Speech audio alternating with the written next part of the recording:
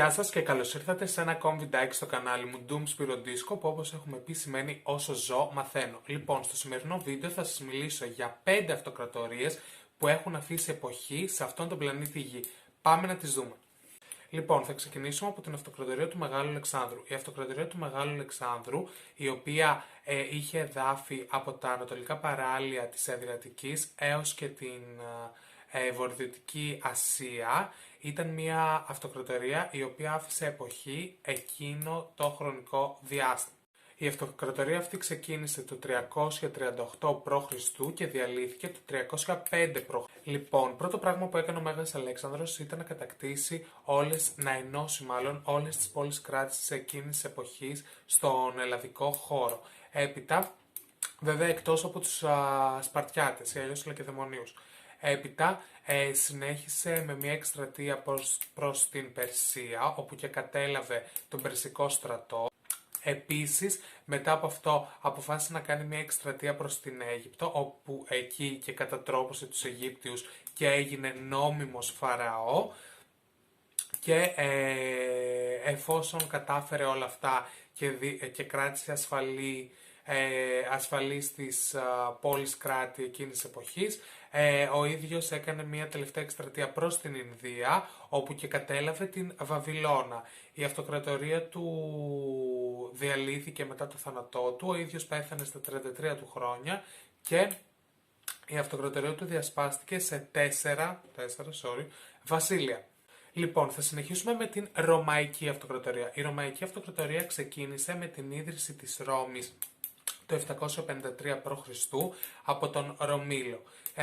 Η Ρωμαϊκή Αυτοκρατορία ήταν μια ένδοξη και λαμπρή αυτοκρατορία, η οποία είχε εδάφη σε όλα τα παράλια της Μεσογείου, την Ευρώπη, την Αφρική και την Ασία. Η γλώσσα που μιλούσαν αποτελούνταν από αρχαίους Ρωμαίους. Η γλώσσα που μιλούσαν οι κάτοικοι της αυτοκρατορίας αυτής ήταν τα λατινικά. Το θρήσκευμά τους ήταν αρχικά η Ρωμαϊκή θρησκεία, ο Δωδεκαθεϊσμός, ο Μηθραϊσμός και συνέχεια η Χριστιανική Ορθόδοξη Εκκλησία. Η Ρωμαϊκή Αυτοκρατορία, παρόλο που είχε είχε μια περίοδο με εμφύλιους πολέμους και πολλές επιθέσεις εξωτερικές, η ίδια έμεινε στην ιστορία και αυτό φαίνεται και από τα μνημεία που έχει αφήσει και υπάρχουν μέχρι και σήμερα. Λοιπόν, η Ρωμαϊκή Αυτοκρατορία, στη Ρωμαϊκή Αυτοκρατορία κυριαρχούσαν οι αυτοκράτορες και οι αποφάσεις παίρνονταν από την Σύγκλιτο. Οι κάτοικοι της Ρωμαϊκής Αυτοκρατορίας έφτασαν μέχρι τον 1ο αιώνα, νομίζω, μέχρι και τα 56 εκατομμύρια κατοίκους και η ίδια μετά τη διάσπασή της, δηλαδή η αυτοκρατορία αυτή διασπάστηκε σε Δυτική Ρωμαϊκή και στο Βυζάντιο, άρχισε να παρακμάζει, όπου και καταστράφηκε η αυτοκρατορία. Λοιπόν, θα συνεχίσουμε με την Βυζαντινή Αυτοκρατορία. Λοιπόν, μετά τη διάσπαση της Ρωμαϊκής Αυτοκρατορίας με το Βυζάντιο, έρχεται στο προσκήνιο η Βυζαντινή Αυτοκρατορία. Η Βυζαντινή Αυτοκρατορία ξεκίνησε με επίκεντρο την Κωνσταντινούπολη, που ήταν και η πρωτεύουσά της, και στη συνέχεια επεκτάθηκε με κατάκτηση εδαφών στα παράλια της Μεσογείου, την Ελλάδα, τον ελλαδικό χώρο, την Ιταλία και την σημερινή Τουρκία. Η Βυζαντινή Αυτοκρατορία διήρκησε στο χρόνο 1000 χρόνια, μια χιλιετηρίδα δηλαδή, από τον 4ο αιώνα μετά Χριστόν μέχρι και το 15ο αιώνα μετά Χριστόν. Λοιπόν, στη Βυζαντινή Αυτοκρατορία αρχικά μιλούσαν τη γλώσσα των Λατινικών και ύστερα από τον 4ο αιώνα μέχρι και τέλος της Αυτοκρατορίας μιλούσαν τα ελληνικά. Πολλοί από τους σημαντικούς αυτοκράτορες της Βυζαντινής Αυτοκρατορίας υπήρξαν ο Ιουστινιανός, ο Ηράκλειος, ο Αλέξιος Πρώτος ο Κομνηνός, ο Μιχαήλ Παλαιολόγος και ο Κωνσταντίνος Παλαιολόγος και πολλοί άλλοι. Βέβαια, όλες οι αυτοκρατορίες έχουν και το τέλος τους. Από το 1071 μετά Χριστόν άρχισε η συρρίκνωση της Βυζαντινής Αυτοκρατορίας, καθώς οι Σελτζούκοι Τούρκοι πήραν πολλά εδάφη από την Αυτοκρατορία του Βυζαντίου.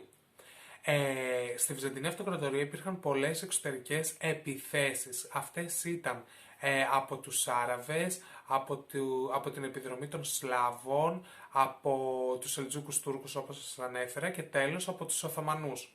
Όλο αυτό βοήθησε η αυτοκρατορία αυτή να χάσει εδάφη αλλά και να παρακμάσει. Βέβαια, βοήθησε πάρα πολύ στην ανάπτυξη της τέχνης, όπως έχουμε μέχρι και σήμερα τη βυζαντινή μουσική και τη βυζαντινή αγιογραφία. Λοιπόν, η άλωση λοιπόν της Κωνσταντινούπολης αλλά και το τέλος της αυτοκρατορίας έγινε το 1453 μετά Χριστόν από τους Οθωμανούς Τούρκους και την επόμενη αυτοκρατορία είναι η αυτοκρατορία της Μογγολίας. Η αυτοκρατορία της Μογγολίας ξεκίνησε το 13ο και τελείωσε γύρω στο 14ο αιώνα μετά Χριστόν, όπου επικεφαλής της ήταν ο Τζέκινς Χάν. Αυτός ήταν δηλαδή που βοήθησε στο να αναπτυχθεί αυτή η αυτοκρατορία. Ο Χάν το πρώτο πράγμα που έκανε ήταν να ενώσει, όπου ήθελα να σας πω εδώ ότι το Χάν, Τζέκινς Χάν, το Χάν είναι τίτλος του απόλυτου άρχοντα, βασιλιά.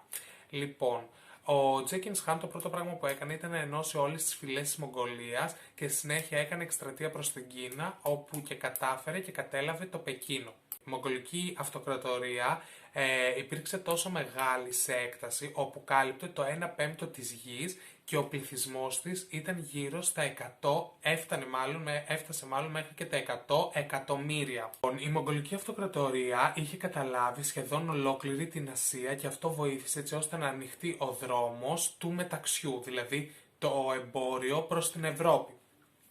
Έτσι λοιπόν επηρέασε και αρκετά και την Ευρώπη λόγω του εμπορίου, τόσο στη μόδα και στα είδη πολυτελείας όσο και στην επιστήμη. Μετά το θάνατο του Τζέκινς Χάν, η αυτοκρατορία μοιράστηκε στους διαδόχους του. Λοιπόν, τώρα θα σας μιλήσω για την Βρετανική Αυτοκρατορία, που είναι κάπως πιο νεότερη. Η Βρετανική Αυτοκρατορία δημιουργήθηκε από την κατάκτηση εδαφών από το Ηνωμένο Βασίλειο με πρωτεύουσα το Λονδίνο. Είχε πάρα πολλά εδάφη, τόσο στην Αυστραλία, είχε αποικίες στην Αμερική, Ευρώπη και στην Ινδία. Αυτό βέβαια βοήθησε κιόλας στην ανάπτυξή της, καθώς ήταν πρωτοστάτης στην βιομηχανική επανάσταση. Λόγω λοιπόν αυτής της ανάπτυξης, η ίδια η Βρετανική Αυτοκρατορία αναδείχθηκε μια παγκόσμια δύναμη και ήταν μια από τις μεγαλύτερες αυτοκρατορίες που έχει δει ο πλανήτης Γη. Βέβαια, μετά τον Δεύτερο Παγκόσμιο Πόλεμο άρχισε και λόγω του ότι έχανε εδάφη και από την Ιαπωνία αλλά και έχανε και το γόητρό της, άρχισε να παρακμάζει και η ίδια αυτοκρατορία διήρκησε από το 10ο αιώνα μετά Χριστόν μέχρι και από το 16ο αιώνα μετά Χριστόν μέχρι και το 19ο αιώνα. Παιδιά, ευχαριστώ πολύ που παρακολουθήσατε το βίντεο αυτό. Αυτές ήταν οι 5 αυτοκρατορίες. Τα είπα πολύ περιληπτικά στο βίντεο. Ελπίζω να μην σας ενοχλεί. Απλά ήθελα να σας δώσω κάτι έτσι ώστε να μπορείτε να πάτε και να ψάξετε και να μάθετε και κάτι παραπάνω. Ελπίζω να σας άρεσε. Θα εκτιμούσα πολύ το να κάνετε εγγραφή στο κανάλι μου, να πατήσετε like, να πατήσετε μου αρέσει, να αφήσετε κάποιο σχόλιο.